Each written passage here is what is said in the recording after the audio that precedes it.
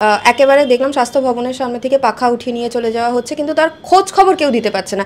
এক পক্ষ বলছে যে তৃণমূল চাপ দিচ্ছে, এক পক্ষ বলছে যে সাধারণ মানুষ যারা দিয়েছিল তারাই ডেকোরেটরটা এসে নিয়ে চলে যাচ্ছে। কি বলবেন? না, বিষয় হচ্ছে যারা এই রাজ্যে বিরোধী আন্দোলন করে, সেটা বামেরা হোক, আমরা হই, বা অন্যান্য যারা দল আছে, তারা এই বিষয়টা জানে যে যখনই সরকার বিরোধী কোনো আন্দোলন করতে হয় বা করা হয়, তখন সরকার কিভাবে এই পরোক্ষ চাপগুলো দেয়। এটা সরকার জাস্ট একটা ছোট্ট করে চাপ দিল যে রিসোর্স যেটা আছে, আন্দোলনের যে যোগান যেটা যেখান থেকে আসছে, সেইটাকে সাপ্লাই লাইনটাকে কেটে দেওয়া। এটা খুব পুরনো ফর্মুলা। তৃণমূল কংগ্রেস বহুদিন ধরে এটা অ্যাপ্লাই করে আসছে। এবার এই ফর্মুলায়ও যদি কাজ না হতো, তখন ওই যারা আন্দোলনে আসছে তাদের বাড়ি বাড়ি পুলিশ পাঠানো, ফোন করা পুলিশকে দিয়ে যে কেন যাচ্ছেন ইত্যাদি, এগুলো চলতো। সেগুলোতে না হলে আরও থ্রেট, এই বিভিন্ন ডিগ্রি আছে আর কি সরকারের কাছে। আমরা ভাষা সন্ত্রাস নিয়ে তৃণমূলকে বহুবার কথা বলতে শুনেছি, কিন্তু বর্তমানে সোশ্যাল মিডিয়ায় যেভাবে দেবাংশু ভট্টাচার্য এবং কুণাল ঘোষ লিখছেন, বিশেষত সেলিব্রিটিদের একাংশকে আক্রমণ করছেন, সেই বিষয়ে কি বলবেন? না, এটা তো কুণালবাবু এক সময় দেখেছিলাম একটা সাংবাদিক সম্মেলন করেছিল, সেখানে ফেভিকল মুখে উনি নিজে লাগিয়েছিলেন, লাগিয়ে বলেছিলেন যে এটা আমি আজ থেকে লাগালাম। তো আমার মনে হয় এবার ওটা ওনার সময় এসছে। উনি যেভাবে আমরা যাদেরকে সেলিব্রিটি বা যাই বলো, যে কোনো মহিলা, আজকে তো এই এত বড় কাণ্ড ঘটলো, তারপরে একটু তো সেন্সিভিটি বা একটু সেন্সেবল বক্তব্য আমরা তো আশা করি। কিন্তু ওদের থেকে, তৃণমূলের থেকে আশা করার কিছু নেই। ওদের যদি ওই ব্রেনটা থাকতো বা মাথায় বুদ্ধি থাকতো, তাহলে আর তৃণমূল করতো না কুণাল ঘোষ। তো কুণাল ঘোষের থেকে এটা আশা করা যায়। তবে আমি বলবো অন্তত ফেভিকলটা এবার ওনার লাগাবার সময় এসছে মুখে। আমরা তো এতদিন আন্দোলনে দেখেছিলাম দেবাংশু ভট্টাচার্য চুপ করে আছে, রীতিমতো তার কোনো পোস্ট নেই। এখন আবার হঠাৎ করে পোস্ট শুরু হয়েছে কেন? যেহেতু আন্দোলনটা কোথাও কি একটা ভেঙে যাচ্ছে বা আন্দোলন উঠে যাচ্ছে বলে? না না, দেবাংশু নিজের তাগিদে পোস্ট করছে। ও তো একটু পিছিয়ে পড়েছিল ভোটে হেরে যাওয়ার পর। তারপরে আরও নানান কাণ্ড আমরা বিভিন্ন জায়গা থেকে দেখতে পেয়েছি। তারপরে ওটা পিছিয়ে পড়েছিল, এখন আবার একটু এগিয়ে যাওয়ার জন্য একটু করছে আর কি, পোস্ট করছে। আমরা দেখেছি কিছু আন্দোলন শুরু হয়, আবার একটা টাইমের পর শেষ হয়ে যায়। আর এই যে অবস্থান বিক্ষোভ উঠে যাচ্ছে, আন্দোলনকারীরা বলছে আমাদের আন্দোলন চলবে। আন্দোলন কি সেইভাবে আর চলবে? কারণ সামনে দুর্গাপুজো রয়েছে। কি মনে হচ্ছে?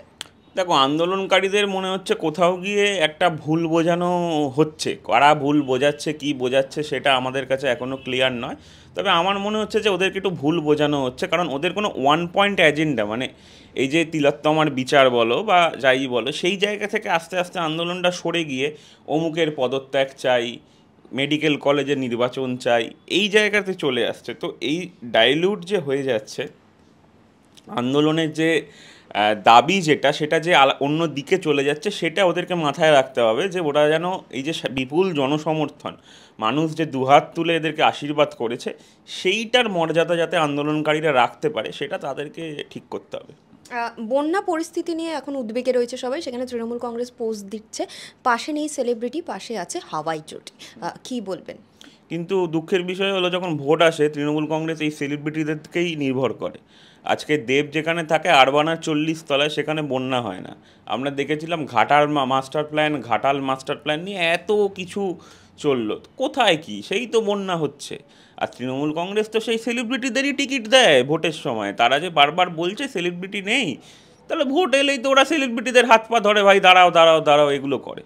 এগুলো নাটক ছাড়া কিচ্ছু না। এই যে ঘাটাল মাস্টার প্ল্যানের কথা বললেন, ঘাটাল মাস্টার প্ল্যানের প্রতিশ্রুতি তো প্রত্যেক বছরই প্রায় দেওয়া হয় না, কিন্তু তাও সেখানে তৃণমূল কংগ্রেস কিভাবে জয়ী হতে পারে? তৃণমূল কংগ্রেস মানুষকে ভুল বুঝিয়ে জয়ী হতে পারে, এবং নির্বাচন কিভাবে হয় না হয় এটা একটা অন্য বিষয় আর কি। কিন্তু আমি বলবো যে এতদিন ধরে এই এত বন্যা পরিস্থিতি, এবং সেখানকার সাংসদ সেখানে ঘাটালে নেই। সাংসদ কোথায়, বিদেশে যাচ্ছেন, তার ছবি সোশ্যাল মিডিয়ায় আমরা দেখতে পাচ্ছি। এটা দুঃখের, এটা লজ্জার, এটা তৃণমূলকে আগে ভাবা উচিত এগুলো। এইখানে তো যে অরাজনৈতিক আন্দোলনটা চলছিল, সেই আন্দোলন ক্রমাগত গতি হারাচ্ছে বলেই দেখছেন। তো আপনারা মানে বিজেপি কিভাবে আন্দোলন চালিয়ে যাবেন কি আদৌ? হ্যাঁ, বিজেপির আগামী দিনে একটা রূপরেখা তৈরি হয়েছে। পরপর নানান কর্মসূচি আছে। বিজেপি রাস্তায় ছিল, রাস্তায় থাকবে। এবার দেখুন, অরাজনৈতিক আন্দোলনের অনেক প্রোজ অ্যান্ড কনস থাকে, অনেক কিছু থাকে। আমাদের সেসব নিয়ে আমরা রাজনৈতিক দল হিসাবেই আত্মপ্রকাশ করেছি, এবং রাজনৈতিক দল হিসাবে আমরা আন্দোলন চালাবো। সিপিএমের যেভাবে কলতান দাশগুপ্তকে অ্যারেস্ট করা হলো এবং তারপর জামিন পাওয়া হলো, রাজ্য সরকার কোথাও গিয়ে তো থাপ্পড় খেলো বলে মনে হয়, যে হাইকোর্টের কাছ থেকে। অবশ্যই থাপ্পড় খেলো, এবং কোর্ট যেটা বলেছে খুব সত্যি কথা, যে যে সোর্স আছে, যে অডিওটার সোর্স পুলিশ কোথা থেকে পেলো? কুণাল ঘোষের থেকে পেলো। তা কুণাল ঘোষকে তো আগে হেফাজতে নিয়ে পুলিশের জানা উচিত যে কুণাল ঘোষ সোর্সটা কোত্থেকে পেলো। সেইটা না করে পুলিশ একজনকে অ্যারেস্ট করে তাকে হেনস্থা করা, এটা তো কোর্ট তো কালকে মহামান্য বিচারপতি পরিষ্কার বলেছে যে আগে সোর্স জানো। অবশ্যই। আর রাজ্য সরকার বারবার হাইকোর্টে, আগে আমরা দেখেছি সায়নকে যখন অ্যারেস্ট করলো, আরও যাদেরকে অ্যারেস্ট করলো, তো বারবার থাপ্পড় খাচ্ছে রাজ্য সরকার হাইকোর্টের থেকে। এখনো অবধি কিন্তু সায়ন লাহিড়ী যে মুখ ছিল ছাত্র আন্দোলনে, সে কিন্তু জামিন পেয়েছে, কিন্তু বাকি এখনো অনেকেই বোধহয় জেলের ভেতর রয়েছে। সেই বিষয়ে কি আপডেট রয়েছে? সেই বিষয়ে দেখো, ছাত্র সমাজের যারা আন্দোলন করেছে সেটা তারা নিজেরা ইন্ডিপেন্ডেন্টলি করেছে। সেই বিষয়টা দেখবে, তাদের উকিল দেখবে, তাদের এটা দেখবে। তাদেরকে মোটামুটি যারা আন্দোলনের মুখ ছিল তারা জামিন পেয়েছে। আরও 7-8 জন 10 জন মতন আছেন জেলের ভেতর, তারাও আশা করি জামিন পাবে, শীঘ্রই পাবে। বিজেপি ধর্ণা মঞ্চ শেষ হয়ে গেল, আমরা দেখলাম। বিজেপির আন্দোলন কি মীনাক্ষী মুখোপাধ্যায়ের মতো আন্দোলন করতে পারছে? সেরকম তীব্রভাবে আন্দোলনটা কি বিজেপি করতে পারলো? সামনে ইয়াং ফেস কোথায় বিজেপির তো এই একটা বড় মানে ক্লস রয়ে যাচ্ছে এটা। দেখো, মীনাক্ষী মুখোপাধ্যায় এরা মিডিয়া হাইলাইট করছে বা মিডিয়াতে হাইলাইট ওনারা হচ্ছেন, তাতে কিছু একটা লাভ হবে না। জামানত বাজেয়াপ্ত আবারও হবে, বারবার হচ্ছে।